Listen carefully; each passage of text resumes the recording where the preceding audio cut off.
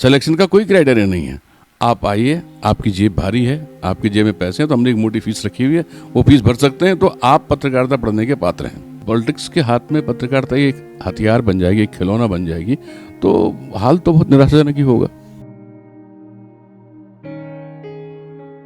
नमस्कार, मैं हूं राजेश पांडे और आज मैं देहरादून में मुलाकात कर रहा हूं वरिष्ठ पत्रकार श्री दिनेश जुएल जी से। दिनेश जुएल जी उत्तराखंड, उत्तर प्रदेश, दिल्ली, हिमाचल प्रदेश, पंजाब सहित कई राज्यों में कई मीडिया संस्थानों में आपने वरिष्ठ संपादक की भूमिका निभाई है और आज आप स्टूडेंट्स को पढ़ा रहे हैं, पत्रकारिता के छात्रों को आप पढ़ा रहे हैं। तो सर, आपका बहुत बहुत धन्यवाद हमारे साथ जुड़ने के लिए। शुक्रिया राजेश। बहुत सारे युवाओं का सपना रहता है कि हम एक पत्रकार बने और पत्रकारिता का जो ग्लैमर है उसको देखकर भी पत्रकारिता की ओर बढ़ते हैं। कई बार मेरे को ये सवाल छात्रों ने किया है कि पत्रकार बनने के लिए हमें क्या करना चाहिए।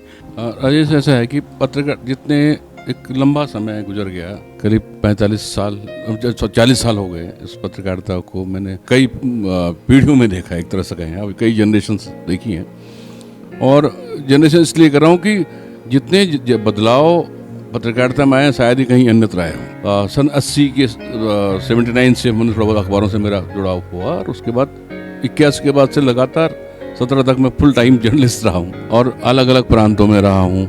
जैसे आपने बताया कि महाराष्ट्र से लेकर बिहार से लेकर के जबलपुर, उत्तर प्रदेश, लेकिन सब जगह एक जो पैटर्न जिस तरह चेंज होता गया है, जो लोग पत्रकारिता कर रहे थे वो उनकी शक्लें बदल गई हैं, उनकी सूरत सीरत सब बदल गई है उस दौर से अब तक। कभी जो पत्रकारों का चयन होता था वो ये देख के होता था कि भाई इसके अंदर कितनी समझ है, ये सामाजिक सरोकार कितना समझता है, कुछ है इस पार्क अंदर इसकी नहीं है। तब लोग इतने लोग जाते भी नहीं थे भीड़ में, बहुत सिलेक्टेड लोग थी पत्रकारिता में जाते। अब क्या है कि अब तो देहरादून शहर में हम बैठे हैं, इतने कॉलेजेस हैं, इतनी यूनिवर्सिटीज हैं। हमारे उत्तराखंड में यूनिवर्सिटीज खुलते ही नए बनने के बाद बहुत सारी यूनिवर्सिटीज खुल गई हैं। इस बीच मैं अध्यापन कार्य से जुड़ा हुआ हूँ, तो अभी इस बीच में मैंने करीब 6-7 कॉलेजेस में भी बतौर एग्जामिनर बन के गया और एक जगह में पढ़ाता हूँ। तो बहुत तरह के बच्चों को मैं देख रहा हूँ और वहाँ जो पठन पाठन का कार्य हो रहा है, उनका सिलेबस देख रहा हूँ। इसके अलावा भी मैं ये है क्या पत्रकारिता में पढ़ा किया जा रहा है, क्योंकि मैं खुद पढ़ा रहा हूँ तो मुझे वो समझने का वो। तो जो हम सब तैयार कर रहे हैं उसके पीछे कोई ऐसा बहुत सोच विचार करके हम ऐसा करके ऐसा नहीं। हमको पता है कि मीडिया में स्पेस लगातार घट रही है। आप भी भुक्तभोगी हैं, आपने देखा है कि किस तरह राइट साइजिंग के नाम पर क्या क्या एक्सपेरिमेंट मीडिया में होते, कैसे कैसे लोग कर रहे हैं। टेलीविजन चैनल लोगों का ग्लैमर है, वो लोगों को माइक पकड़े लोगों से बातचीत करते हैं। तो सबसे पहले मुझे पॉलिटिकल रिपोर्टर बनना है, मुझे क्राइम रिपोर्टर बनना है, बड़े बड़े सपने, एंकर बनना है, आरजे बनना है। तो बच्चे बड़े बड़े सपने उठा रहे हैं, उनको उनके हाथ में पकड़ा दिए जा रहे हैं। लेकिन सच ये है कि उनके लिए इतने लोगों के लिए जगह है कहाँ? इतनी जगह है नहीं। तो इतने अभी देहरादून में कई हजार बच्चे पत्रकारिता पढ़ रहे होंगे, है ना। आप मेरे यूनिवर्सिटी गए, 500 बच्चे वहाँ पर इस समय पत्रकारिता पढ़ रहे हैं। ऐसे ही तमाम कॉलेज में पढ़ रहे हैं। इतने बच्चे कहाँ जाएंगे? क्या इनके लिए स्पेस है? तब कुछ ये है कि भाई कुछ ऑप्शंस, बच्चे सब PR करेंगे, सब एडवर्टाइजिंग भी करेंगे, यानी उनको कुछ और बना रहे हैं हम, और चीज़ें बना रहे हैं। या और फिल्म मेकिंग के सपने उनके दिमाग में डालना। हर आदमी फिल्म मेकर बनना चाहता है। तो मुझे लग रहा है कि अब सिलेक्शन क्या है? सिलेक्शन का कोई क्राइटेरिया नहीं है। आप आइए, आपकी जेब भारी है, आपकी जेब में पैसे हैं, तो हमने एक मोटी फीस रखी हुई है, वो फीस भर सकते हैं, तो आप पत्रकारिता पढ़ने के पात्र हैं। जो आप इनपुट है, आपका इनपुट के लिए कोई सिलेक्शन प्रोसेस नहीं है कि कोई भाई किसी में स्पार्क है कि नहीं है, ऐसा कोई ऐसे जांच पाँच कुछ नहीं हो रही है। कोई भी आ जाओ, बस फीस होनी चाहिए कॉलेज के पास। तो एक बिजनेस मॉडल में हमारा पूरा एजुकेशन पैटर्न चल रहा है और उसी में जो पत्रकारिता के छात्र हैं वो भी उसी प्रक्रिया के तहत आ रहे हैं।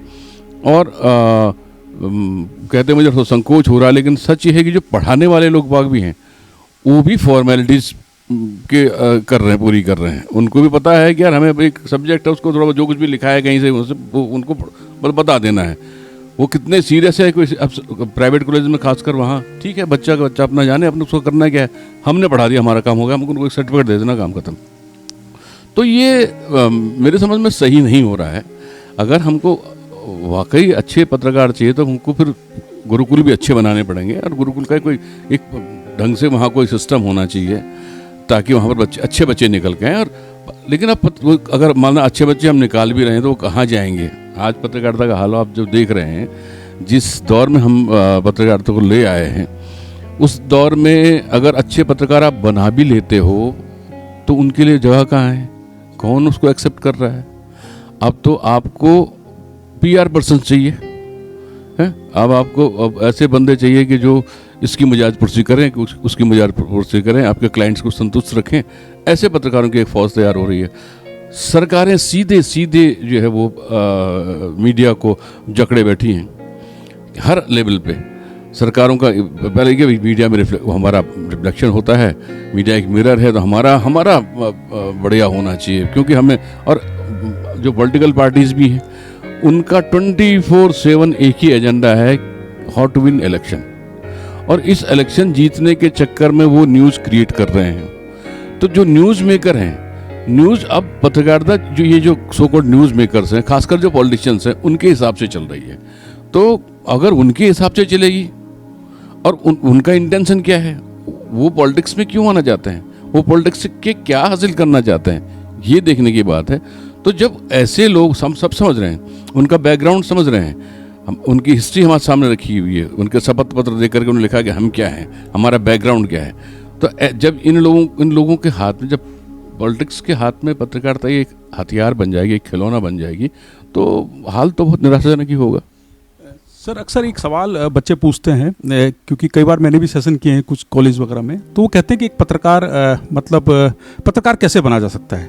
तो मैंने जवाब भी उनको दिया कि पत्रकार जरूरी है कि आप किसी मीडिया संस्थान से जुड़कर पत्रकारिता करें।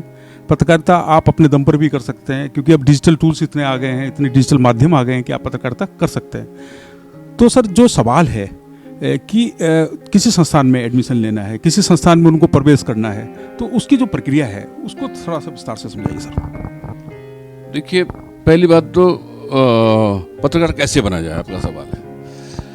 तो क्या ज़रूरत है समय की, उसके हिसाब से पत्रकार बनना चाहिए हमको। समय जहाँ हमको ले आया है, अब हम उस हिसाब से सोच। आज से 40 साल पहले पत्रकार क्यों बनना चाहिए, इसकी एक अलग व्याख्या थी, और आज अलग हो गया, संदर्भ बदल गए हैं। तो देखिए, ये जो हमारे यहाँ नॉर्मेटिव थियरीज हैं मीडिया की, तो उसमें एक थियरी आती है जिसमें जो आखिर है डेमोक्रेटिक पार्टिसिपेशन थियरी। तो इसमें हम बताते हैं कि उसमें जो डेनिस मैकवेल या जो दूसरे जो थियरिस्ट हैं, उन्होंने एक कल्पना की है, बकायदा उन्होंने ऑथोरिटेरियन से लेकर यहाँ तक एक 6 स्टेप्स बताए हैं। और जो छठा स्टेप है, यानी कि जो फ्यूचर ऑफ जर्नलिज्म का, वो ये है, क्योंकि तमाम तरह के दबाव हैं। जो एडवर्टाइजर है वो अपने हिसाब से मीडिया को चला रहा है, पॉलिटिशियन एंड जो पावर वाला है वो अपने हिसाब से मीडिया को चलाना चाह रहा है। तो ऐसे में जो पत्रकारिता का भविष्य है वो ये है कि उसमें पीपल पार्टिसिपेशन हो, डेमोक्रेटिक सिस्टम उसको वो हो। और ये जो बड़े बड़े हाउस हो गए, आप ये बताएं कि हिंदुस्तान में एक बड़ा घराना 29 जगह अपना स्टेक खरीद लेता है। आप अमेरिका में चले जाइए, जेफ बेजोस ने पूरा मीडिया खरीद लिया। अमेरिका के 6 कॉन्ग्लोमरेट्स जो है वो मीडिया चला रहे हैं, सारा अमेरिकन मीडिया चला रहे हैं। हिंदुस्तान में भी कुछ चंद घराने मीडिया चला रहे हैं, उनकी पकड़ मीडिया पे। और उन चंद घरानों पर किसकी पकड़ है, ये देखने की बात। जो बड़े घराने हिंदुस्तान के हैं वो किसकी पकड़ में और उनकी पकड़ में कौन है, ये भी देखने की बात है। तो कुल मिलाकर के सत्ता केंद्रित पत्रकारिता हो गई है, और ये अर्थ केंद्रित, धनार्जन केंद्रित पत्रकारिता का दौर इस समय चल रहा है।